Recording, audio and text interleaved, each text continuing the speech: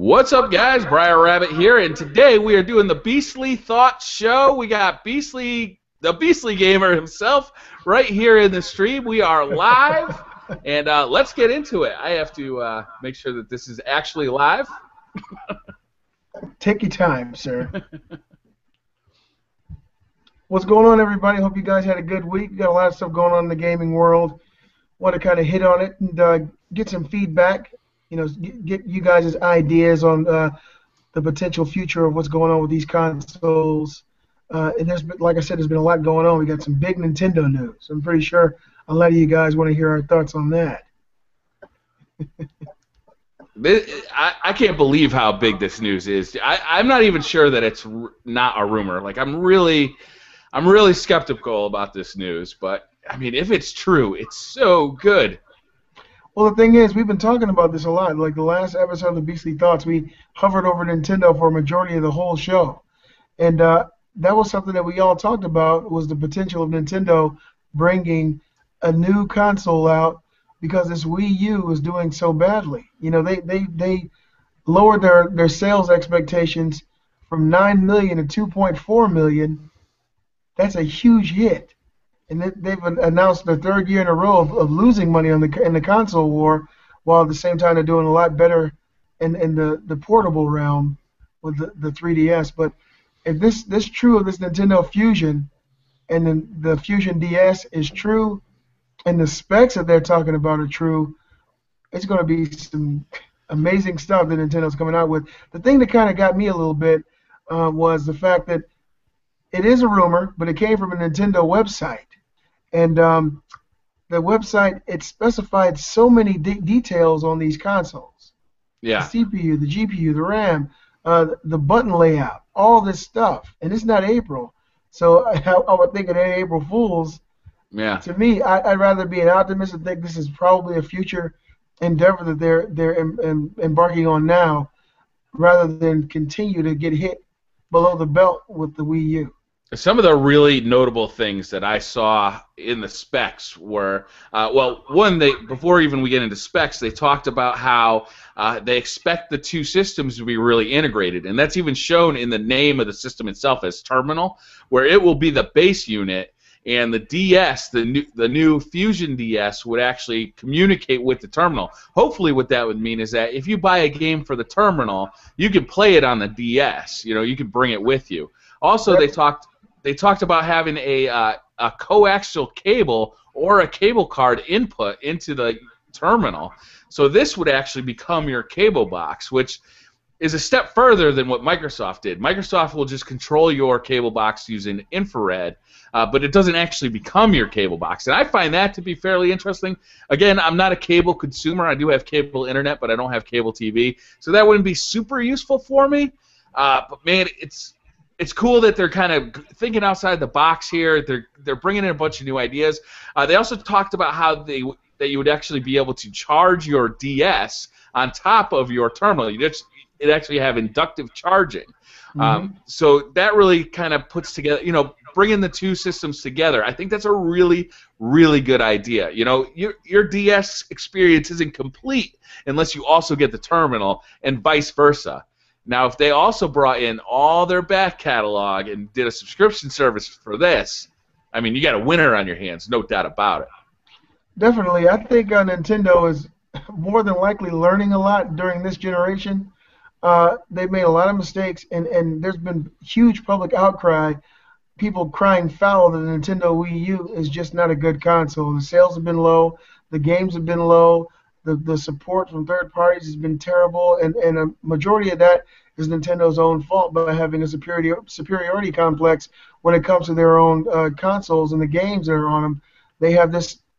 They've always had this personality like, you know, we make the console, now you just make games for the console. And that's where our partnership ends.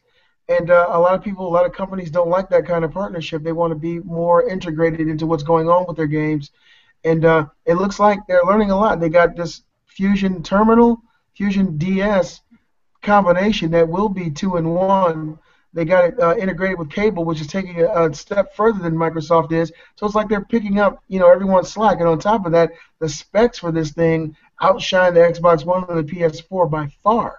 So Yeah. it's like they have this new idea. They want to win on all fronts. Now, if this is real and this console has the specs that they're speculating on, this thing is going to be it's going to be head and shoulders more powerful than the Xbox One and the PS4. Now, if you take their back catalog into account when it comes to a system that has that kind of power, the future's bright for Nintendo if this rumor is reality. I hope it is, because right now we're living in the reality that is the Wii U. Yeah. So to me, this is just great news. Hopefully Nintendo can come out on the record hopefully within the next 6 months, hopefully, and either confirm or deny these allegations. But like I said, these rumors actually came from Nintendo's own website. So there has to be a little bit of validity there. And also, when you think about like the rumors of the the PS4 and the Xbox One, the rumors before the consoles came out, at first they were just saying, hey, look, PlayStation is coming out with a new PlayStation console, or Microsoft is coming out with a new Xbox. They didn't have any specs. But when they started speculating on the specs, what this thing's going to have inside of it, a potential touchpad. I remember they came out, with the PlayStation controller, the artist renditions and the things that they heard through the rumor mill was that the controller had a touchpad, and they were talking about the Xbox One being an all-in-one box that connects and integrates to your cable. Once they started getting these little tidbits of information out to the masses, I felt like, okay, they knew a little bit more. The fact that they have all this information on these fusion boxes, to me, is a lot more than just conjecture. I think there's more to it. It's almost like, you can't just say they might be making a console, but these are all these specs. There's tons of specs for both of them. So I think that there's a little bit more truth to it. I've heard it theorized that it might be Nintendo themselves leaking this stuff. They realize that they got a bad public image right now. They just released their financials and it went horribly. They downgraded how many consoles they're planning on selling. Hey, what if we start talking about the future? What if we start talking about this console that's just going to be this Halo system that everybody's going to want? I think it could be Nintendo making this. It could be just a complete rumor too, but it could be just somebody made this up. But if Nintendo leaked this, I see why they did it. Well, if they did leak it, thoughts are things, really. Like when you want something, in order to get it, you have to visualize it first. So Nintendo, they've been down in the dumps for so long with this current gen console that they may want to, if they did leak it. Imagine this: we're going to leak a console that is perfect in all areas, and then we're going to see the public reaction to it. If people go nuts over it, we're going to start building this console.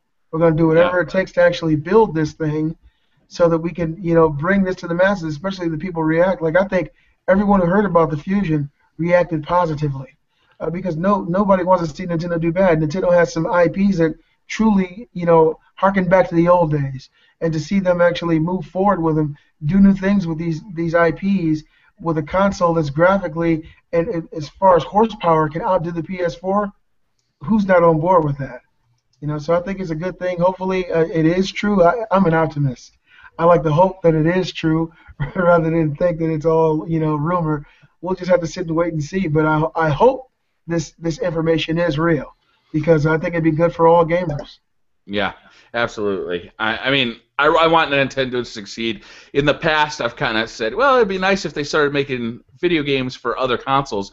But I almost think it's better to have like as many consoles out there as possible. I know that it can be hard because, you want you might want a game that's on PlayStation 4, but you also want a game that's on Xbox One, and you also want a game that's on the Fusion, let's say. And it can be hard because, well, I don't have $500 to spend on each one of these consoles. But, competition makes these companies hungry, and I think that's basic. Like, in the long run, I think that's good for the consumer. And don't forget, you don't have to play games when they first come out. The game remains the same 2 years down the road or 3 years down the road. Yeah, I think getting them when they first come out is really kind of an iffy situation unless you're hardcore like us. Yeah. Because honestly, if you ask me, the PS4 I think is a great console. I think the Xbox One has a lot of potential. But right now, if I didn't have the money, I probably wouldn't be trying to get either one of them, because there's not any definitive game that game that makes you look and say, I have to have this thing right now. Yeah. Not for either one of them. They got some beautiful games, but to me, there's nothing that really, you see it on TV, you see a commercial, and you say, oh, God, got to have it. They got some coming out this year. Infamous Second Son, I think it's going to be amazing. I think it's going to be amazing. I think Titanfall is going to be amazing.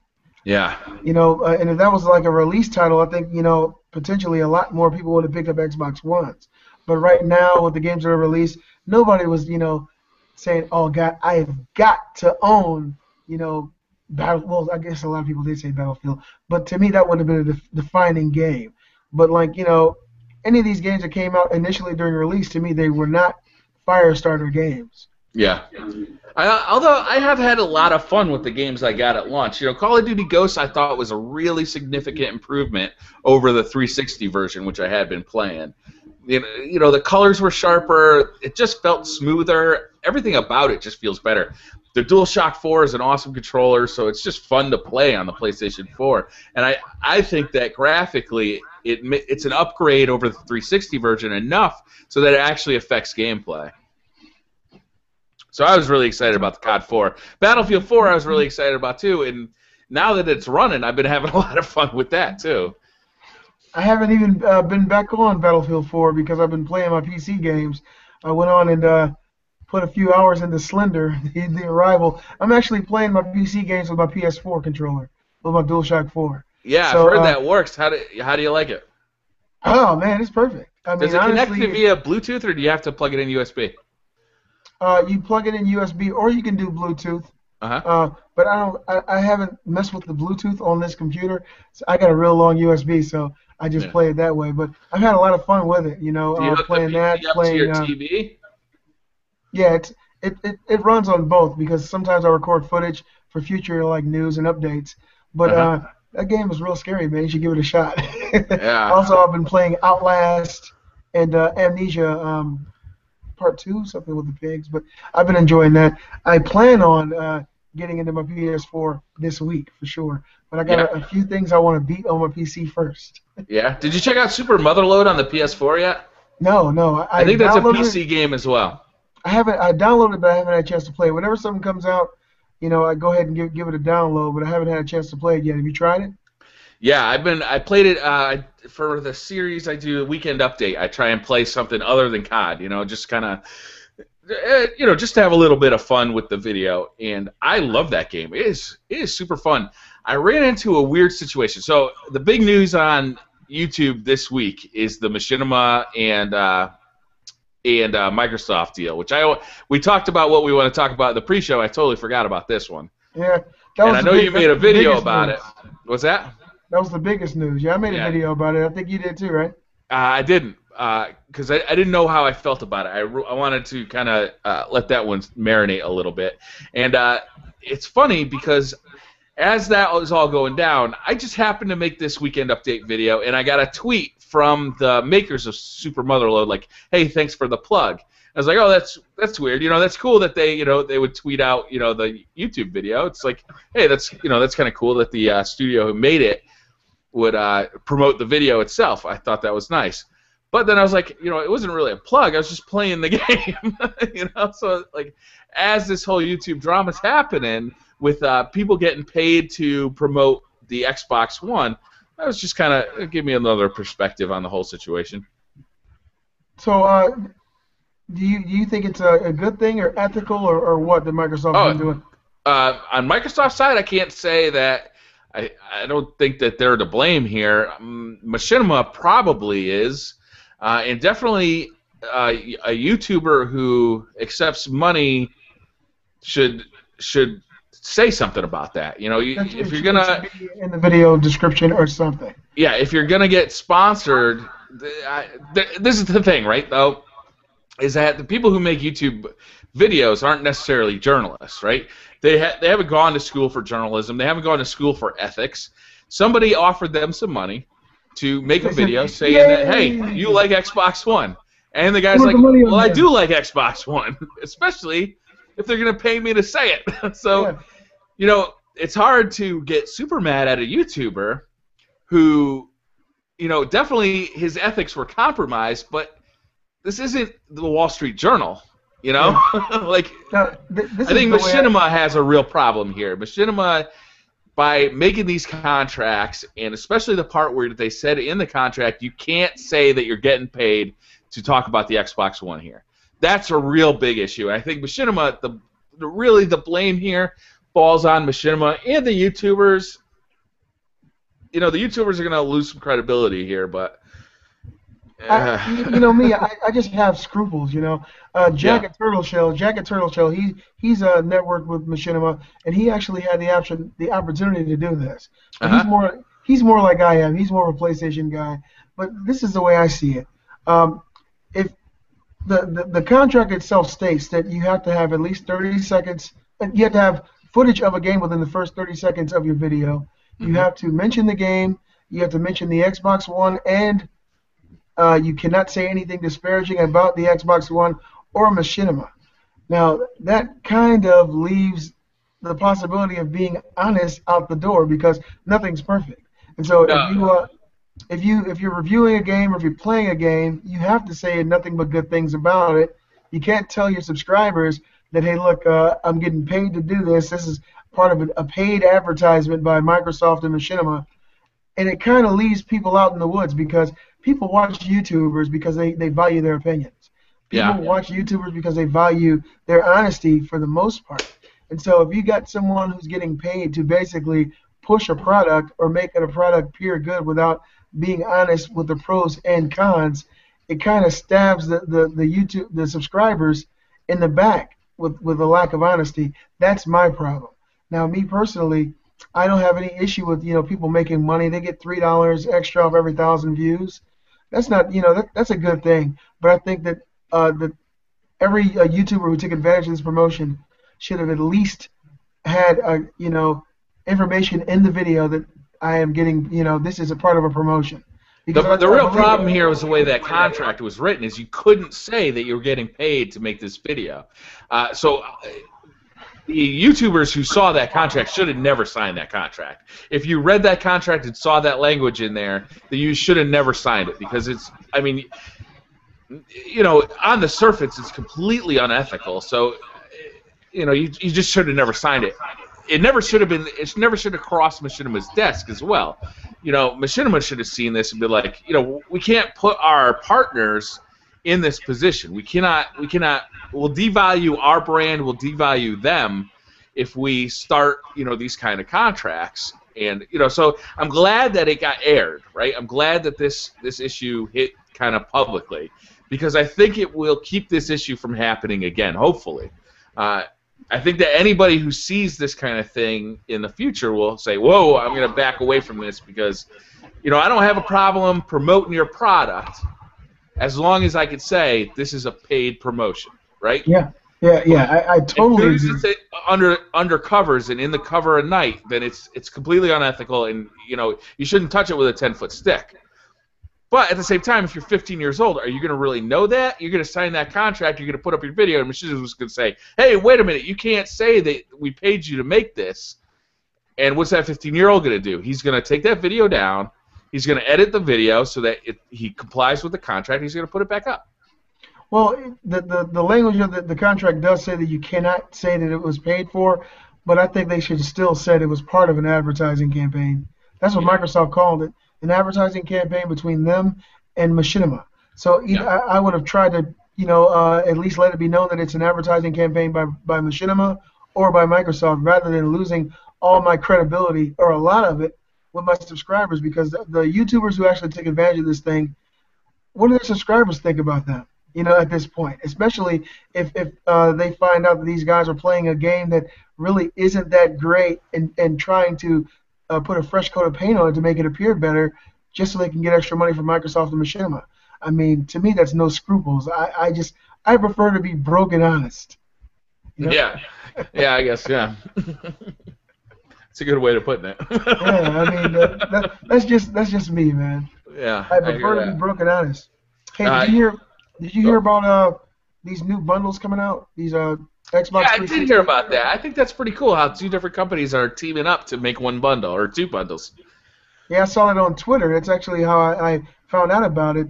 On Bethesda, they tweeted out that Claptrap sent them a letter in the mail. Yeah, that's funny. Wanted to they actually had a letter. It was pretty funny, and wanted to collaborate with them. And so they are releasing Skyrim and BioShock.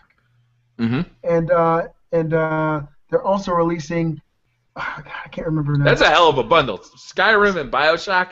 That's a Two huge lot of games, gaming enjoyment, and it's like $30 for the two of them, right? $29, and Borderlands That's 2, unbelievable. and there's another one too. I'm just trying to remember. Is that But I going to know be retail only? Okay, it's Borderlands 2 with Dishonored and BioShock Infinite and Skyrim. Yeah. $29. It's coming out, I think, February or March. I know it's coming out real soon. I just can't remember the date for my video. But I Is think that that's going to be great. is that going to be retail only? Yeah, I Yeah. do believe. I didn't hear anything about downloads, Yeah. digital versions. But if you don't have these games, this is what you get. I mean, you get two of the biggest games, to me, I'm talking about the Skyrim and BioShock. That's the big one to $30. me. Dishonored and I can't remember the other one. Borderlands 2. Borderlands 2. That's not as exciting, but Skyrim and BioShock, if you haven't played those games, this is an unbelievable deal. You get hours and hours of awesome content for $30. Skyrim's amazing. I love all the Elder Scrolls games. I remember the first time I played Oblivion. When I really got into it, I was done. I think I stayed in my room for like a week. Came out feeling like I conquered the world. But Yeah.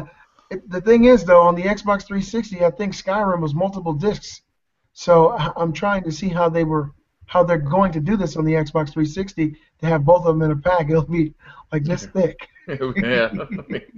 I know I think the PS4 can probably PS3 can squeeze them together on a disc. It all depends on how much they take out of it. Yeah. But that's a hell of a deal, man. Maybe it'll just come like a box set, like the two games plugged together. Yeah, well, the images that I have of it actually shows one box. Oh, really? Okay. Yeah, with top of the box being one game and bottom being the other.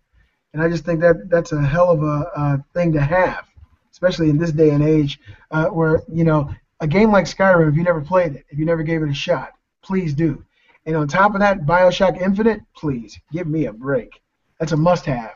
Yeah, BioShock Infinite gets a lot of hate now. Last month a lot of people were doing their Game of the Year lists, and I saw a lot of people talking about BioShock and saying, we liked it, but there was this problem, that problem, this problem, and I guess I had my problems with it too, but overall I felt like it was a really positive experience, and I really had a good time with it. And I'm surprised, it doesn't seem to have legs. After all that excitement, it doesn't seem to have the legs that I expected it to have.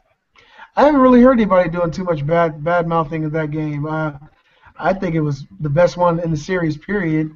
The story, the environment, the characters, Elizabeth, I think that game really stands on its own. I've heard so much positive talk about it around Game of the Year 2013. I really haven't heard anything negative, so you got to pick better friends, BriarRabbit. Yeah, maybe. Yeah, I'm all to podcasts, Yeah, I think that game's amazing. I think it deserves every accolade it's gotten.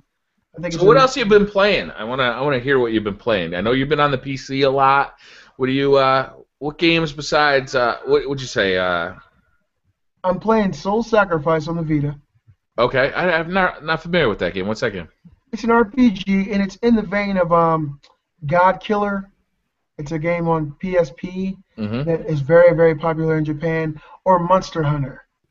Oh, okay, Monster Hunter. I know it's exactly what that is. Something similar to that, but it's a 4-player co-op experience. So if you got 4 Vitas like we do, you can all get together and play it together. It has a high difficulty level.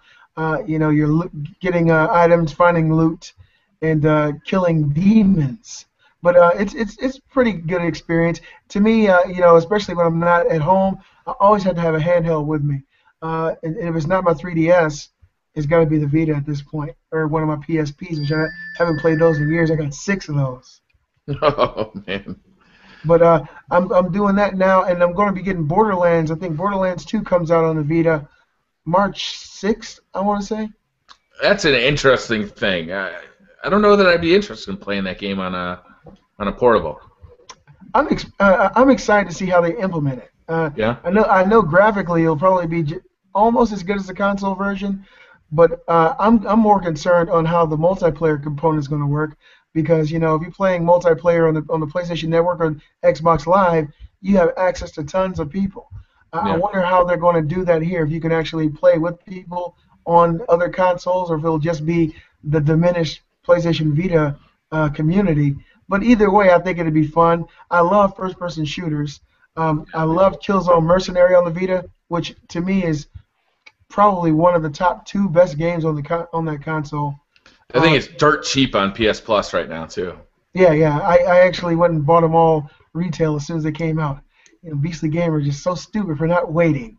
But I got that, and me and Kate, we just destroyed that game. Loved it. I thought the mechanic, the controls, the graphics, which I have to say are as good as a PS3 game, that game blew my mind. And so having that one great first-person shooter, and then thinking about something like Call of Duty Declassified, Black Ops Declassified. Oh man, that's so disappointing. Do you have any idea how happy I was when they announced it? I thought I was going to lose myself. I was gonna buy that. I was gonna buy that console and that game day one. I was absolutely on board. As soon as I saw the trailer. I saw a review come out. I was like, I had the money ready. Like I was ready to go. I know you did. I saw a review come out. I was like, are you kidding me? It's that bad? And then more reviews came out. I was like, oh, like I was so disappointed. It was made by the same company that made the I'm trying to remember the name. The Resistance game that came out on Vita, which didn't fare too well either. No. Graphically, it looks extremely dated. There's 4 versus 4 multiplayer. I think my son Brett, he wants it, so I'll probably end up grabbing it for him. But I heard it's awful. Like even the controls suck. The maps are like cut down from the Black Ops 1 multiplayer maps, so they're not even like the full Black Ops 1 maps. I don't know how they get off. I was hoping that Ghost would come out for the Vita, to be honest with you, and that didn't happen. There was a rumor it would.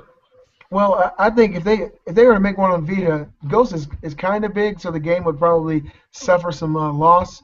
I think if they did Black Ops 2 on Vita, I think that would be huge. Yeah, Because I wouldn't mind that. The maps are just the right size for a Vita to hold, because it's a 8 gig memory card basically is what the cartridge is. So I think they could probably squeeze all that in on into 8 gigabytes, and it could be probably a close conversion. But I think Ghost is so big and expansive that you would lose a lot of it through the conversion process. But any good Call of Duty, I don't care which one it is, just make a good one for the Vita. Yeah. I mean, the Vita is Or just port any one of the consoles like faithfully. Yeah, I'll that's be what I'm happy. saying. The Vita, the hardware it can run these games easily. You know what I tried to do when I first got the Vita is I tried to remote play Call of Duty Ghosts on it. That didn't go well.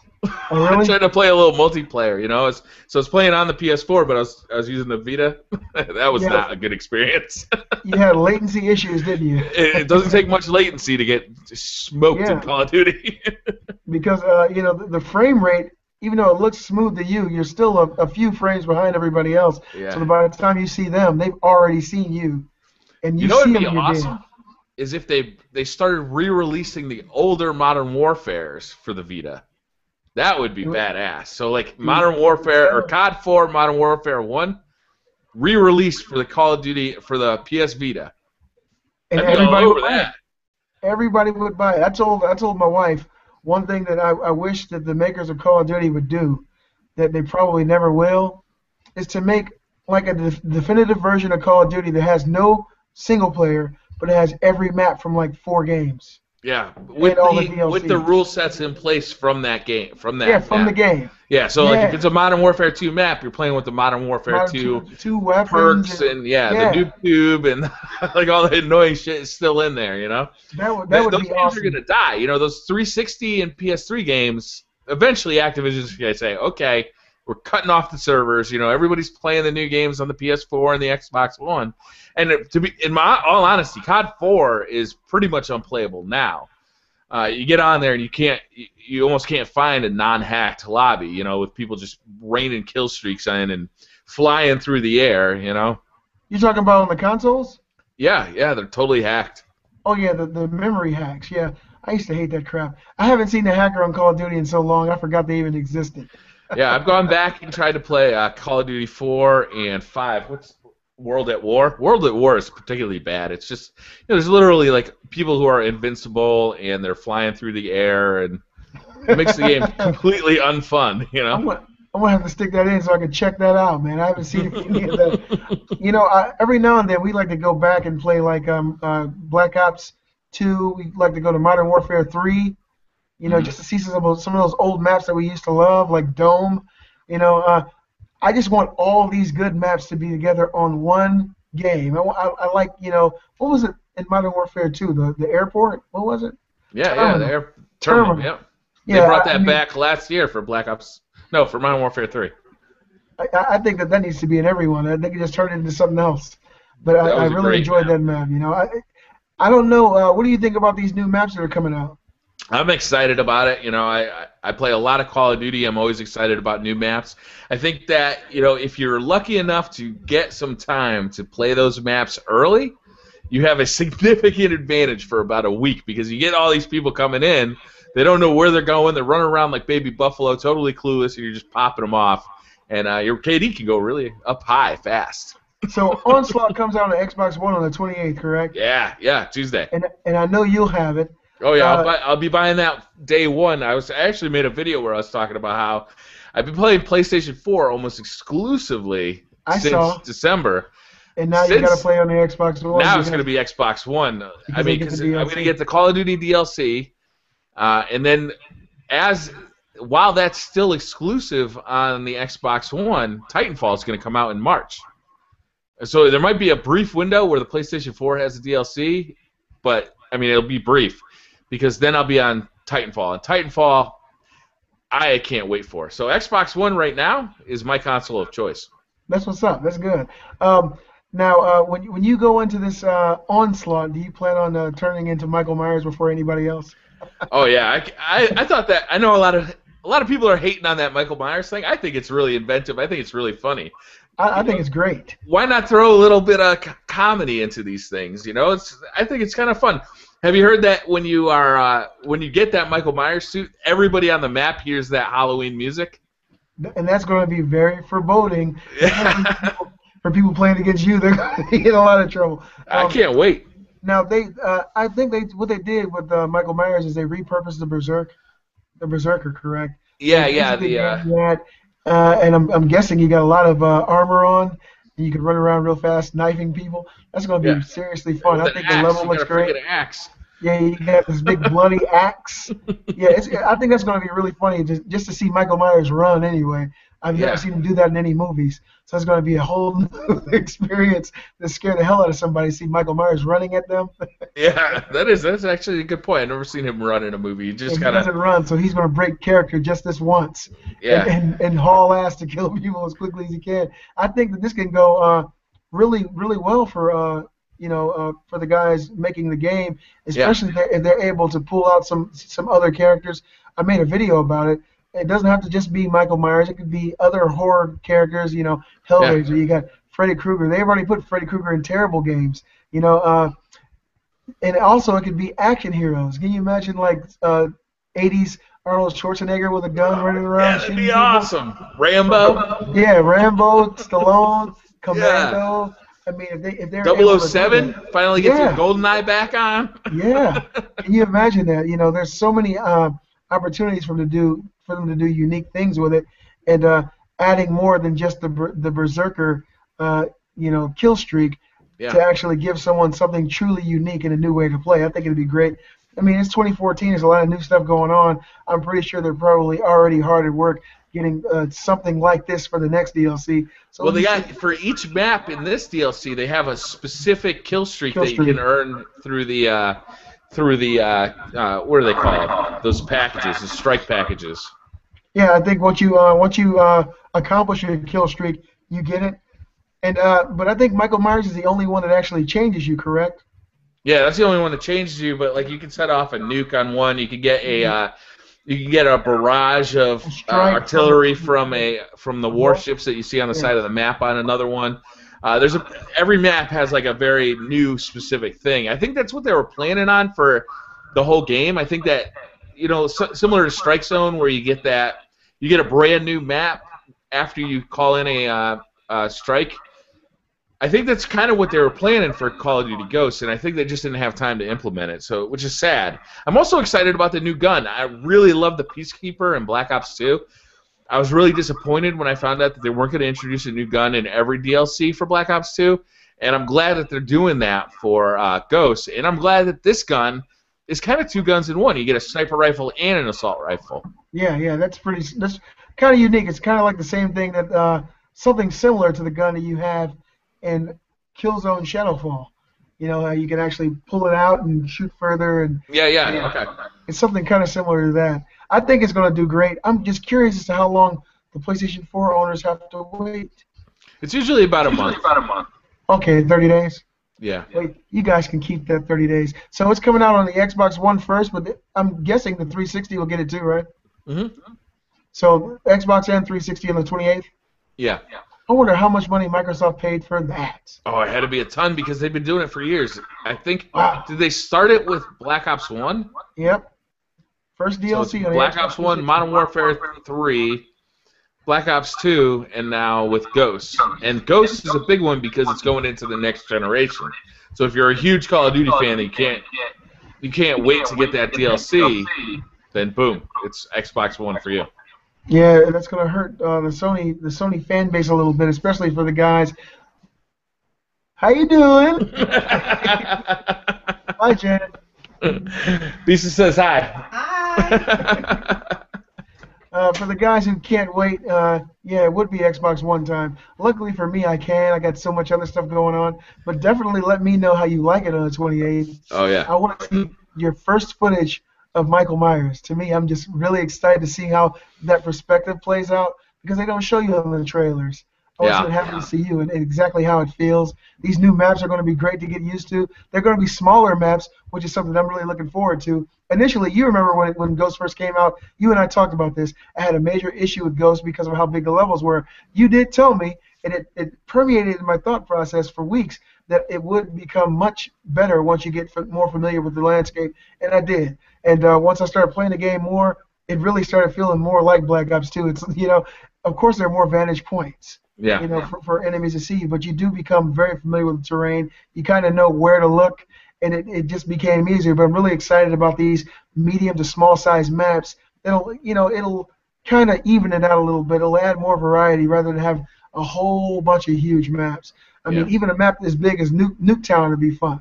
You know. Oh yeah, that would be a lot of fun. Nuketown got old for me because we played it in Black Ops 1, and then it came back in Black Ops 2, and it was the most popular map in Black Ops 1, and then it again was the most popular map in Black Ops 2.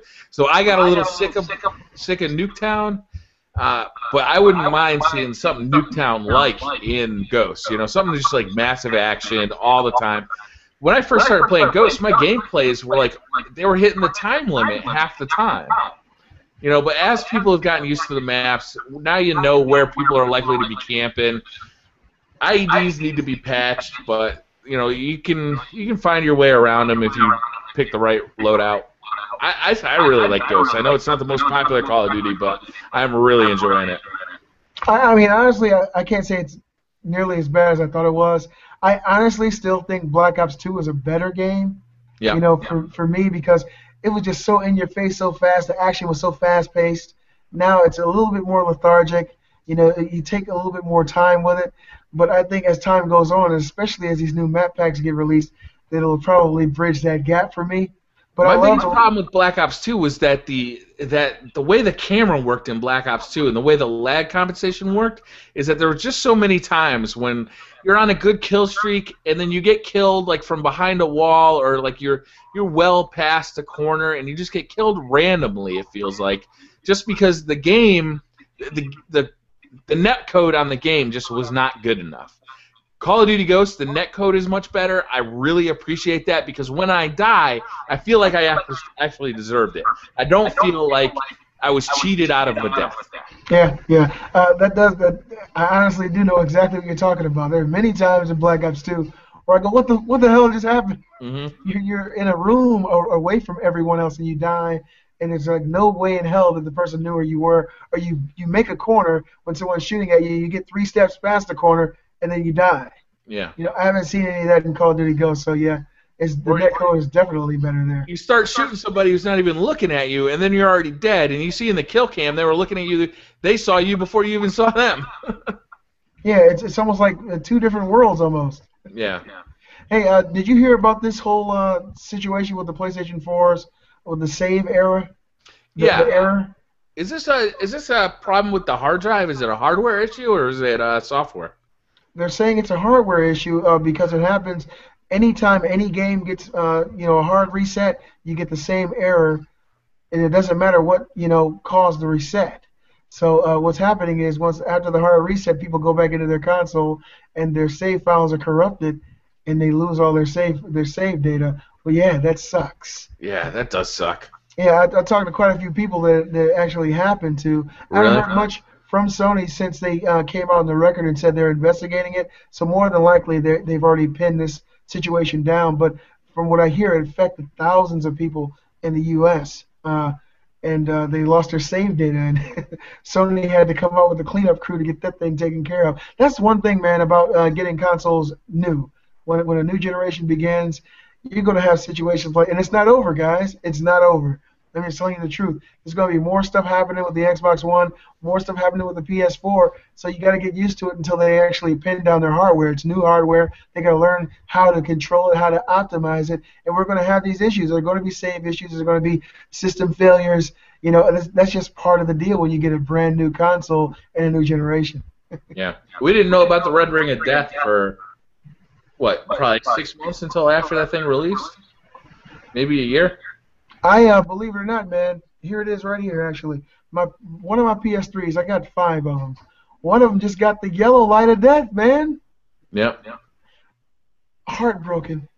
Yeah. Was it one of the original ones, like Yeah, the old it's the school original big fat. fatties? Yeah, it's the big fat one sitting right here in front of me. I'm actually going to get it repaired. I could do it myself, but I'm not a tech savvy guy when it comes to actually hands-on. I don't want to break anything because Yeah. you gotta put new heat pads, thermal pads, and everything on there. So I got a guy who's going to actually go back in there and fix it up for me. I was supposed to take it to him today, but I'll probably do it tomorrow. So I yeah, had that happen. You would have saw me have a blow dryer actually. He's shooting heat into the PS3. All I wanted was my COD 4 disc back. It was in there. I couldn't get it out because the damn thing it had that yellow light error. So I'm sitting there with a blow dryer trying to blow hot air in there to get that thermal grease just spread out enough so I could hit that button. It worked. We'll get it out. Yeah, it worked. I was able to get it out, and then I brought the PS3 to GameStop, and they gave me I don't remember some amount of money for it. Hey, babe, I'm going to need your hair dryer. Yeah, I think Heavy Rain's in there. I keep Heavy Rain in there. My kids, they're just now getting to that age where they're liking this kind of game, appreciating a story. But yeah, I think that's in there now. Let me try to see if it'll come out. And no, it blinked blue, blinked yellow, and then turned back to a blinking red. It's great. Yeah. But I got another working PS3 right next to it, so I'm not in a hot rush. You know what I mean? Yeah. But that's the first time it's ever happened to me. I've had 3 Xbox 360s. I've never gotten the red ring of death on any of those. So I've considered myself pretty fortunate. But this PS4 is my original. This PS3, I'm sorry, is my original. So it's almost a decade old, man. This thing is old as dust. Yeah. It's got like dinosaur fossils probably on the inside of it. And I was in a similar situation to you with Xboxes. I had so many of them around the house because I used to use them for media streaming. So the Xbox 360 eventually got cheap enough that it was a viable thing to buy a couple of them. Maybe I want to play a game in the bedroom, and I also want to watch some HBO Go or some Hulu in there. So I had a few of them around the house. I also bought one for the kids, so there were actually 2 in the same room, which was a little excessive. But my original Xbox 360, it red ringed. I sent it back. They sent me, a replacement unit. That one red ringed. I sent it back. They sent me a replacement unit. In the meantime, I had bought an Elite when the Elite still was just a black version of the Inhale design, like that. That red ringed. I've seen a lot of red ringed Xbox 360s. How long was the warranty on these? They extended it out to I think 3 years. Well, I think my Xbox 360 is sitting over there in the game shrine. I don't even use it anymore. But I'm definitely going to have to do something about it. More than likely, if things work out, I want to get myself a new SUV next month because it's income tax time, baby. Yeah. want to get myself a new SUV, a bigger TV, because I got a 40-inch here, which is okay. I'm in an apartment. You can tell by the sound of Bebe's kids upstairs. But give me a bigger TV, SUV, and I'll probably go and grab myself an Xbox One. Just to have it. I might even grab a Wii U before they all sell out and it becomes a collector's item. Yeah. I've been thinking about a new TV too. I have this PlayStation TV that I bought a few years ago. I got it at a real good discount. It's like a 3D You actually TV. have it? Wow. Yeah. Wow. And it worked like flawlessly. PS3, right? What's that? It's made like the PS3? Yeah, I guess it kind of matches the aesthetic. Yeah. But unfortunately, it's kind of flaking out on me. It kind of just like blacks out in the middle of a game, only for a second or two. But it's getting annoying enough that I want to get it replaced. And I bought a new office chair today. Jan bought me a new office chair today, and we were at, I don't remember the name of the place, Sam's Club, and I'm looking at all these badass TVs. I'm like, it might be time to upgrade. Get a nice 65-inch in the office. I think that would make the office look just that much better. It screams professionalism, Yeah. See, your office isn't hitting on shit unless you got a 60-inch. Right. Like, how can anybody take me seriously if I don't have a 60-inch TV in the office? I'm doing taxes on a 40-inch. Oh, get out of here. It's got to be 60. The guys at my job told me that 60 inches was too big. What? I said, what the hell are you talking You work with pussies. Tell them again. Tell them again. Yeah, man. He said 60-inch. Man, you got to be back like you're in a movie theater watching that. Yeah, I'm like, man. well, you know what? You go home and watch your floor model, okay? Because 60 inches are going to be mounted to the wall. Yeah. Oh, God. Have you, any of you guys ever had terrible neighbors? I had to get up this morning and go upstairs and beat on their doors like a fucking cop. Check it out. Check it out. Last night, Kate and I are in bed, sleep. We wake up this morning, I think it's 8 o'clock. And I swear it sounds like 5 people are standing above my bed running in a circle, okay? And like they've got Super Mario boots on or something, okay? And so I put the pillow back on top of my head and I'm going back to sleep. Kate couldn't sleep last night, so she took a sleeping pill. She wakes up like in a hysteria, like delusional. She said, is somebody knocking at the door? I said, no, that's those bastards upstairs. And so probably around maybe an hour or so later, I swear, they started beating it sounds like they're up there with sledgehammers just hitting the floor. I stood up on my bed and I did the power ring move that's on the cover of the He-Man movie. I hit the ceiling as hard as I could. I thought my hand was going to go through the floor of their apartment. I hit it so hard, boom. And I knew it was super loud up there. And guess what? They didn't give a damn. They kept running. I said, oh, my God. So I go upstairs and knock on the door. And then all I know is, man, this chick had to be the most ghetto girl I've ever seen in my life. I want to give her a name. Let's call her Maquisha. Anyway, she came to the door, and she said, can I help you? I said, yes, I work third shift. Can you please calm down? What's going on up here? She said, they kids. What they supposed to do, sit down all day? I said, it's an apartment, not a jungle gym. Now I just went like this, and I went back downstairs. Yeah. This is insane. New neighbors from hell. I should go up there and strangle my office manager because she knew that this woman had 7 kids. I would really suggest a nice pair of in-ear headphones, that block out that noise. Listen to a little bit of music, fall asleep. You listen to the Beastly Thoughts show while you drift off into slumber. Oh, man. It's just insane, man. Some people are incredibly inconsiderate, Yeah, that's true. That's just the way it is. And you can tell people who have that ghetto persona. I'm not a ghetto person. And so, some people just do. They don't have any home training. They don't know how to interact with people. They're not housebroken. No. And every time, look, this is the 3rd time, BriarRabbit, 3rd time I've been up there. They've only been here. How long have they been up there, babe? About a month?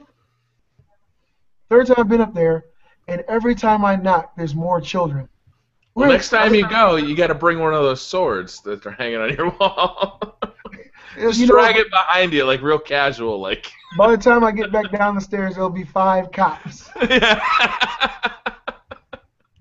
Man, it's just I'm serious though. When she moved in, the office manager told me there's she has 4 children. I said, okay, I got 4 kids. She said, okay. I went up there the first day. They were making incredible amounts of noise, and I knocked, and there were 7 of them. Oh, Jesus. And she said, there's 7 kids up here. I'm sorry. They just running back and forth. She doesn't have any furniture either. So I guess you really can't blame the kids. There's no couch to sit on. Yeah, right. Jeez. And they picked my bedroom as the playroom, the jungle gym. And it's just funny how things work out sometimes. Maybe you got to invest in a couple more PS Vitas and send them up there as gifts. Get those kids sitting there. She's laughing at you, BriarRabbit. Oh, man. So have you been? I know you've been enjoying Guacamelee, man. What do you think of your Vita so far? I'm enjoying it. I actually put it down for about a week or so because I really got into. Well, I've been getting ready to play some Xbox One, Call of Duty Ghosts. I want to kind of get used to that controller again. I want to get my aim on point. I've also been playing Super Motherload. I really, really like that game. It's so simple, but it's so addictive. It's kind of this cross between Dig Dug and Blaster Master, I would guess. Oh, wow. And I'm really having fun with it. Yeah, I'm really having a lot of fun with it. Wow. The great thing about it is there's enough of a story. There's enough of a story to kind of keep you wanting to see what the next thing that's going to happen in the story is, which I was surprised about because I thought I was just in store for kind of a simplistic puzzle game. The game that's on PSN right now that's free for PlayStation Plus users that I haven't downloaded that I really want is Brothers: A Tale of Two Sons. Oh, that's the one that's free. I downloaded Don't Starve. I didn't know that they had changed it already. Well, Don't Starve is for PS4. Oh, PS4, okay. Brothers is on PS3, so you can just go right to your PS3, same account, go in there and grab it. And I've been meaning to do it, but I've been so busy. There's been so much going on. That's one I can't miss out on because they mentioned this game. It was mentioned as potential Game of the Year material, and it's an over-the-head view kind of game. And there are 2 brothers. Oh wow, you got the white one, huh? Yeah, I've been moving it back and forth. I brought it downstairs because I wanted to say, I want to have a Blu-ray player down there. But they've been releasing so many free games for it that I keep bringing it back up so I can play it. So you got the white Super Slim. What other colors did they release that in? I think they got blue. I want to say red. I know they got black. And they're coming out with another one, another even slimmer one. I like the design of that thing, but I still wish it had an internal disk drive that ejected outside. Yeah, I don't like this action. I don't like that. Cheesy. It reminds me of the PlayStation 1, and you can just open it up and see all the innards. I still got Black Ops 2 in it. That's the only thing about that console that I don't like is their decision to make that. It's not slot loading. It's just open it up, pluck it out, stick it in, and it kind of it takes 5 steps back because the PS3, it was an internal disk drive that's slid out, and so that you look at that and you say, well, that's probably why it's so much cheaper because they took out so much of the little. So much cheaper. This thing cost me $250. Really? Yeah. Really? I bought it this summer. Yeah. Better go on eBay, brother. $250, man. Yeah. Get 2 of those together, that'll be my Xbox right there. Oh, I think okay. Let me relay a message. Son, your mother's outside. Oh, he's already at the door. Oh. Okay. Oh man. So, what else have you been hearing this week, man? There's been a lot of stuff that's been going on. We covered a majority of it. Yeah, Titanfall, the alpha is out there. It's under a really heavy NDA, but some people have been leaking videos out to YouTube. So if you're quick and you're diligent about looking for them, you can find them before they get nailed. The channels are actually getting pulled down when they release a video of Titanfall, and it's super low res. I think that the game is super low res, but man, that game looks like so much fun. I can't wait for it. So what? These guys are actually, let me get this right. They're risking their channel just for a few seconds of footage of this game? I've seen 2 videos, and both videos had 2 videos up. So I think that they're creating new channels just to throw the footage up because they know that it's going to get taken down. Kind of pointless. I actually have that alpha footage myself. I got all 7 minutes of it, 7 or 8 minutes.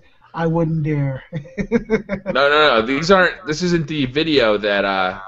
This is they actually released. live stuff, right? These are people playing the game in the alpha. And it looks as entertaining as that alpha. I mean, Yeah. is it because of course the alpha footage was cut and it was put together piece by piece. Right. So when people are actually playing the game, you actually see them play. It's still just as fast paced. It's fast. It looks like it's really fun though. I think a lot of the controversy about there being bots and only 6v6. I think. All right, so one of the videos I watched had voiceover, and the guy was complaining the whole time about how he's killing all the bots, but he's not running into players. And the other one didn't have voiceover at all. But when I was watching both videos, it looked like it was fast-paced. The characters move so quick that I think you're going to have a badass internet connection to be good at this game. Wow. But I mean, it looks like it's fast-paced. You get the big titans, and it slows it down a little bit, but you're getting shot at from all directions. It looks like a ton of fun. See that what you just mentioned there, that's a red flag a little bit to me. That one of the actual players had an issue killing bots versus players. That and I know you have to understand where I'm coming from. It doesn't feel as good. Mm-hmm. It won't. Like I mean, he may have been talking about killing 5, 10 bots and can't find a player. And especially at the end of the game when the tally pops up on the screen, if they show how many bots you killed versus humans. And you see that you destroyed all the bots, and you may have killed 5 humans, but you may have been killed 20 times by humans. That's going to really affect your morale when you're playing that game. Yeah. Man, I wonder if it's going to have long legs like a Call of Duty. It might be something that you play through, because the multiplayer is the story. It's like as you play through the multiplayer, you'll be getting the story. And I wonder if it's going to be a thing where you play through the game one time, you have a great time doing it, but there's no real reason to come back. It's not like you're constantly trying to improve at the game and test your skills because you just want to get a little bit better and a little bit better. Till finally your KD ratio finally hits 1.0 and then 1.5 and 2.0 like COD does. I don't know if it's going to be the COD killer that we really hoped it would, just because it's not going to be as competitive if you're just killing bot after bot. But the game still looks like a hell of a lot of fun, so I'm really looking forward to it. Yeah, I guess only time will tell. Now, if the game is as good as I think it probably will, more than likely I'm going to grab it for my Xbox One or my PC. Now, I don't know if my PC is actually powerful enough to play it the way an Xbox One would. I don't think it is. I mean, it's playing the games that I'm playing now without any issue, but I know that Titanfall is graphically intensive. And it's probably going to, pull a lot of horsepower. It's a quad-core PC, and no, I'm not going to close it today. Quad-core Listen to the keyword. Do you know who kept watching that video and laughing at me? She did. She said, "My poor baby, you are so silly." I said, "Oh God." Yeah, but more than likely, that'll be the game that'll be my deciding factor as of right now. I'm pretty sure that probably over the next 12 months, we're going to see Xbox One games that are must-haves. Because Xbox has a hell of a catalog. They got some great games that came out last gen that looked almost like it shouldn't have been in last gen. It looked like it should have been coming out now. Like I remember when Gears of War first came out. Oh, my God. I didn't have an Xbox 360. I didn't have an Xbox 360. I had a PS3. And I looked at it, and I was like, it looks so good, but I just can't see it. I can't let anybody know it looks amazing, right? And after a while, I just had to give in. I got my first Xbox 360 and got into it. They've got a great catalog of games that no one else has but them, and I think if they utilize it properly, if they maximize their hardware, maximizing that hardware, because as long as every, Sony can say or people can say that the PS4 outshines it, that's always going to be an argument. If they can somehow maximize their hardware, maximize the gameplay, I mean, I don't think it's 1080p versus 720p is that big of a deal. I think 60 frames versus 30 is more of an issue personally. That is, if a developer has a choice to make between, do we keep it at 1080p and let it run at a slower frame rate, or do we knock it down to 720 and let it run at a faster? I think it is clear that the answer needs to be 720p, 60 frames per second. Yeah, especially because, a multiplayer game. Multiplayer FPSs, I mean, to me personally, especially if it's a multiplayer or first-person shooter, you're going to need that microsecond, to be able to make those decisions because, your retina is sending information back to your neocortex in real time. It's and not aiming is just the faster your frame rate, the easier it is to aim. When it's skipping around a lot, yeah. You aim past where you're supposed to be, and then you have to come back, and you kind of almost have to center yourself. With a higher frame rate, you stop and you shoot. Yeah, I think that especially games like Halo, we beat every Halo, Kate and I. She got me, really into the Halo later 4. versions. You got through Halo 4? No. No, I didn't either. I think what's the last one we played, baby? Halo 3? Yeah, I think Halo 3 was the last one I actually played. But I think that when the next one comes out for this new generation, it'll be a must-have, and it'll probably be the poster child of what the Xbox One can do as far as power. I'm going to check it out. I don't have a whole lot of... Are your speakers on? I'm getting a lot of feedback. I'm going to check it out, but I don't have a lot of confidence in 343 Studios. They didn't impress me with Halo 4. And, I was a big Halo fan. Halo 1 I played a ton of. Halo 2, Halo 3, even Halo Reach. But I played Halo 4, and the single player didn't interest me. The story just wasn't there. And the multiplayer just, I don't know, I just didn't dig it as much as the Bungie games. Yeah, 343, when they took over, there was a lot of hoopla about the possibilities of what they were going to do. I never touched it. Never once. The last one we played was Reach, I believe. And I had a great time with it. Now, I think they're still at the helm of the Halo franchise, correct? 343? 343, yeah. Bungie moved on to Destiny. Yeah, and I think that's going to be the shit. Destiny is going to be what's up. Yeah. Man, I'm so excited about that game. I really am. Yeah. Well, standing appointment. We'll bust through that game together. How about that? Oh, yeah, man. We got to get together anyway. Yeah. When's the next time you're playing Call of Duty? I'm going to get on with you. I don't know. When's this call ending? Oh man, yeah. If you're gonna be on tonight, just shoot me a text and I'll jump in with you. Just so we can kind of get a feel of what we can expect in the future. I know I'll get destroyed by you, my friend, but you won't kill me every time. I'm the beastly gamer, man. You gotta know it. I'll tell you what. If you beat me in Call of Duty, then you gotta play me in Tekken. How about that? I'm not bad at Tekken. I bet I'm not that good though. I used to be good. Tekken 2 was my high point. Okay, Tekken 2 was the first one we really, really got into. Mm-hmm. And every Tekken game since. I didn't like 6 as much, but now I'm playing Tekken Tag Tournament 2 every now and then. I think I got like 45 matches under my belt, and I think I won like 38 of them, 39 of them. Yeah, we played a ton of Tekken 2, and then Tekken 3 we played a lot of, but we fell out of the series with Tekken Tag. I was so excited because that was the first one for the PS2, and like we're gonna get all these upgraded graphics, but we fell out of the loop. So this actually brings me to a question I wanted to ask you today. Good. Your favorite games, right? You've got like these huge games in your life that they go back for years and years and years. Do you think that these were the best games of the time? Or do you think that who you played them with, when and where you were in your life, do you think that was why you loved them so much and that's why they have such a heavy nostalgia feel? Or was it these were the best games of all time? For me, Tekken 2 was not one of the best games of all time. I loved it, but it was mostly because I had a group of core people that would play it with me on the couch, and we'd beat at each other over and over, and we'd be beating each other on the controller, and then we'd be beating each other on the shoulder. It was just a lot of fun. And for Tekken, I don't hold the pretense that Tekken 2 was one of the best games of all time, but for me, it's one of my favorite games of all time, just because of who I was playing with and the situation we were doing it in. Oh, that's a very loaded question. Now let me see.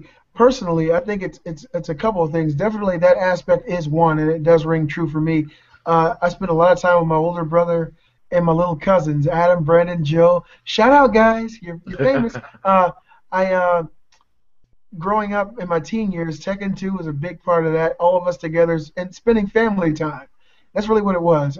We spent a hell of a lot of family time together, getting to know each other beyond just seeing each other in passing, your mom coming over, my dad coming over. We spent hours and hours and days out of our lives together playing these games, getting good together with these games, spending valuable time. And especially as you get older, you don't get to see your family as much. Those memories hold true. They do mean a lot. It's like if you move out of state and you have a family member that you grew up playing or someone you went to college with, you played games with them, and now you only talk to them once every few months. You think back to those times, and just for that feeling, it's like if you play a song that you grew up listening to, it'll bring back the feeling that you had as a child. Playing these games and hearing the intro themes to games like Soul Blade, which me and my older brother, we sat and watched probably 50 times. We rented it from Blockbuster, took it home that day, watched the opening trailer by Namco, and went the very next day and bought the game. These little moments, they do mean a lot, but it's not just that makes a game one of your favorites, or not me personally. Games like Final Fantasy VII, that game actually did do something to me. It didn't matter that I was home or my brother was around or anything like that. It actually changed me. It gave me a whole new experience. I was used to playing games like Mario or games that lacked a lot of depth, like Castlevania, hack and slash games, arcade games. And it was the first time, and I know that RPGs existed before then, but when like these RPGs came out on Super Nintendo or things of that nature, I wasn't really interested because of the way that it was presented, over the top view, and I wanted the future. I wanted games that look better. I got a Super Nintendo 16-bit. Come on, I don't want to see that crap, right? But when games like that came out, it really did change you. It's like it opens your mind up to the possibilities of what really can be. It's like if you know what a stereogram is, like the iTricks books, you open them up and you look at them and you actually learn how to view stereograms, it opens your mind up to the fact that you're not seeing things fully the way that they really are. And that's really, to me, what happens with some of these games. Mario 64 was another one. My brother just happened to be there, but playing that game, it really did do something to me. It opened my mind up to actually what real 3D gaming could be. Because before that, I played Doom. Doom PC for me. That was a life-changing moment, Doom. I mean, I remember I was playing that on a computer with a joystick. And I remember the first time playing Doom, and like a monster would jump out, I'd be like, whoa! It's like, that never happened when I was playing Mario. And Mario never scared the shit out of me. Yeah. Doom, you're absolutely right. I mean, you felt like it was so immersive an experience. Playing a first-person shooter for the first time, it was incredible. I'll never forget playing Doom for the first time. That game is the first-person shooter I ever played, and I probably spent no less than 300 hours playing it. And I got it on PlayStation 1. It came out in the big giant box, and I wanted something different, okay? And I was 15 years old, and I went on and gave it a shot. I took it home, and it was another one of those life-changing moments. And that's why I say Mario 64 showed me what a 3D game could be. Doom was 3D, but it was on one level plane. There was no jumping, things of that nature. You felt like you were stuck to the ground. You're walking around in 3D. The gun would automatically shoot up at enemies if they were up on the ledge, so you didn't have to do too much. That game blew my mind when I was a teenager, and it let me know that I'd always be a first-person shooter lover, definitely.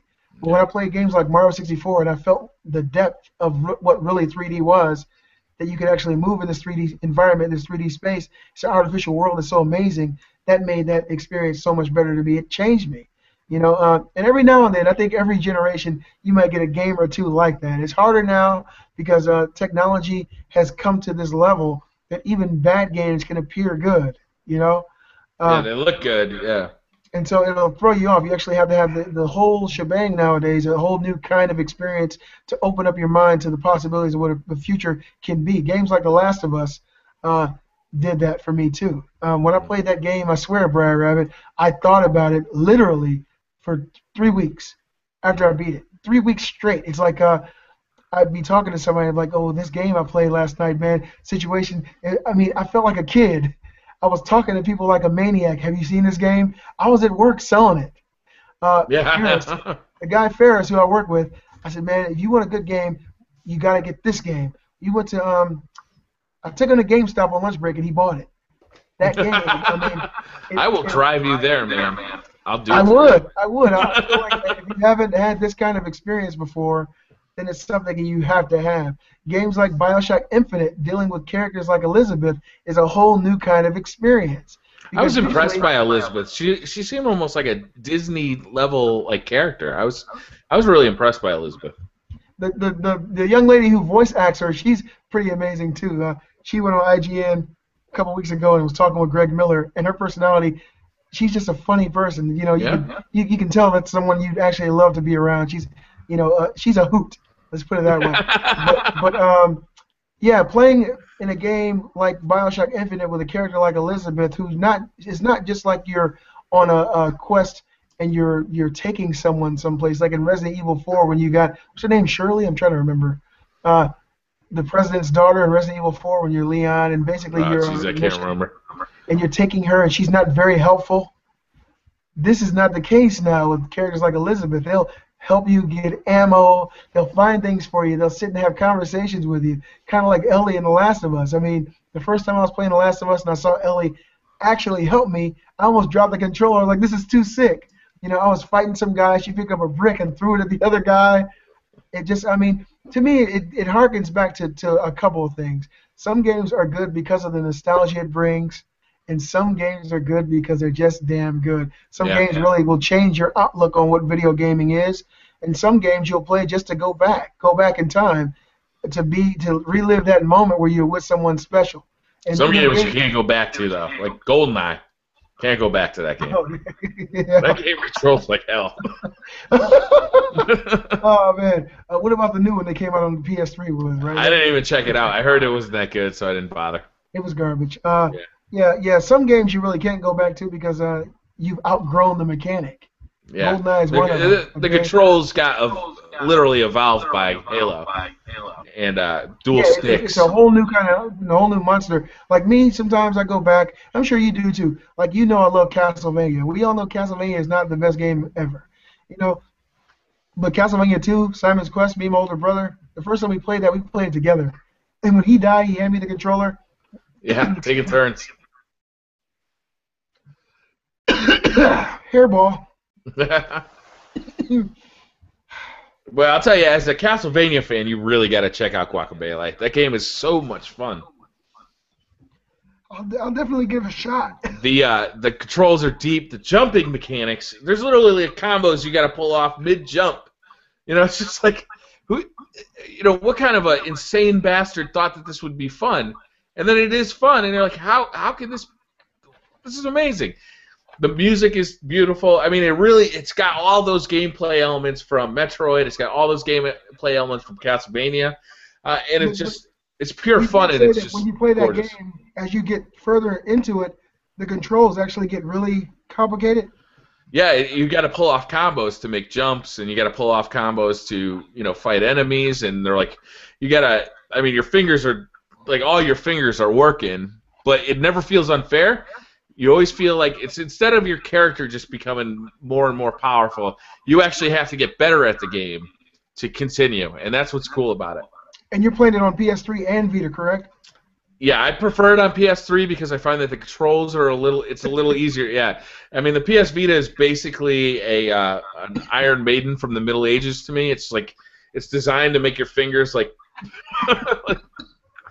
it's like a little. It's a Japanese finger torturer, is what it is. I haven't had too many problems out of the Vita's control, but I haven't played Guacamelee. I actually like it. I like the D-pad. I like both analogs. D-pad is nice. I like having both analogs, but I don't know how they'll be with a shooter. I don't know if there's enough sensitivity there. I ended up buying this case for it that has like triggers. Hold on, let me see if I put that up to the screen. See how it's got the triggers back there? Oh, so it turns R1 and L1. It turns them into those. Yeah, and which I like. It's more comfortable, and it gives a little bit more room for your hand to be there. But I like the system. It's designed for smaller hands than what I've got, though. Yeah, I think we both have man hands. Yeah, man hands, baby. These things are for real. This is Real no joke. shit, baby. These hands are no joke. I think my hands are big. You should see my feet. You know what they say about a man with big feet. Kate will say it live. No, she won't. She's cooking. Yeah, man, I wear a size 14. They call me Bigfoot at work. Yeah, but hopefully I'll get more playtime with my Vita this week. Last week I was real busy at work. I'm going to go ahead and beat Soul Sacrifice. Brett, my 12-year-old, has officially given up on Zelda, so that's mine. So, I mean, I want to go ahead and beat this first. I'm also in the middle of Slender, which scares BriarRabbit. Man, that game scares the hell out of me, I swear. It really does. Never have I played a game that when you see this thing, you literally get shivers. It screws me over, man. When it comes out on consoles, you got to play it. It's just really, really, it's the atmosphere. They use this atmospheric music, and then when this guy, he'll appear right in front of you, too, and he doesn't do anything to you, but if he gets close to you, it's game over, basically. You know, I've got Windows installed on my Mac as in a boot camp, so I could technically sully my Macintosh with a Windows game if you really think it's worth it. I do. I think you should give Slender at least a shot. I mean, we sat last night and watched a crappy-ass 2-hour-long Slender Man movie on YouTube that was terrible, but we watched it because we like the game so much. Yeah? It's really scary. I think you should give it a shot. All right. I might do that. Do it for me. Do it for me, Brian. Can I make a screaming video where I sit there and just scream like a little girl? I'll actually get like a voiceover. This is what I want you to do. This is what I want you to do. Make a video of Jan's reaction to it. That's a better idea. Because I'm telling you right now, that would scare the crap out of her. She just gets views because when she's in the video, there's something to look at besides me. That's why I want her in more videos. I'm a big ugly black guy. Yeah. You know, she's a pretty blonde. Come on. As a bearded American, yes. I want to say. I'm getting mine back too, Brian. I see that. Yeah, we took the kids bowling. That's why I got my, professional attire on. That's your bowling hat? Yeah, man, come on. I don't even know how to bowl, but when I go out in public, I try to look like, hey, I'm a grown man, because in today's society, young black guys got pants on that come to the back of their kneecaps, and a shirt that comes to their sock, and a baseball cap that's on like this. Yeah. And I feel like once you hit a certain age, you got to dress like a man. Yeah, nobody's beating those kids in poop races, though. If they got a shit, they can do it fast. Like, real fast.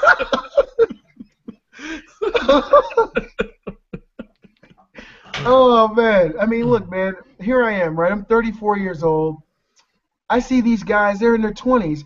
And there's actually one of them who works with me. He's a good friend of mine, but, I mean, he's the same age as me, so I can't tell him anything. He has kids, too. But I went inside a gas station one day, and there was a guy standing in front of me, and he had his pants hanging off his ass. Yeah. And I was like, God. How do they stay where they're at? There's nothing. I don't know. I swear, man. There was a guy walking inside Quick Trip the day before yesterday. I pulled up to go get myself an energy drink. He was walking all slow. Yeah. They can't walk fast. His pants fall right off. And the pants, I swear, it looked like the wind blew. They fly down to his ankles, but they stayed up.